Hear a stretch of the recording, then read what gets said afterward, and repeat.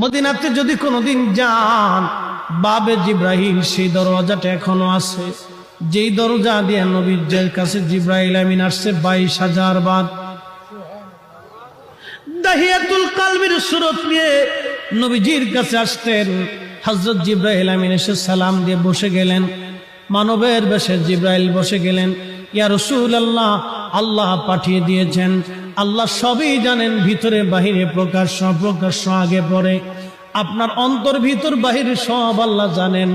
তারপরও আল্লাহ আমাকে পাঠিয়েছেন আপনার কুশল জানার জন্যে। হুজুর গো, আপনি কেমন আছেন দয়া করে বলবেন ডি। আল্লাহ নবী ডাক দিলেন, জিব্রাইল হে, আমি অসুস্থ আছি, আমার কাছে ভালো লাগে না। আল্লাহর জিব্রাইল চলে গেলেন।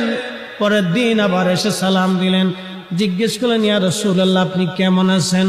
জিব্রাইলকে নবীজি বলেন, জিব্রাইল রে, আমি তেমন ভালো নাই, শরীর অসুস্থ, আমার ভালো লাগে না, অসুস্থতা আরো বেড়ে গেছে। তৃতীয় দিন জিব্রাইল আমিন আবার আসছে, হুজুর আপনি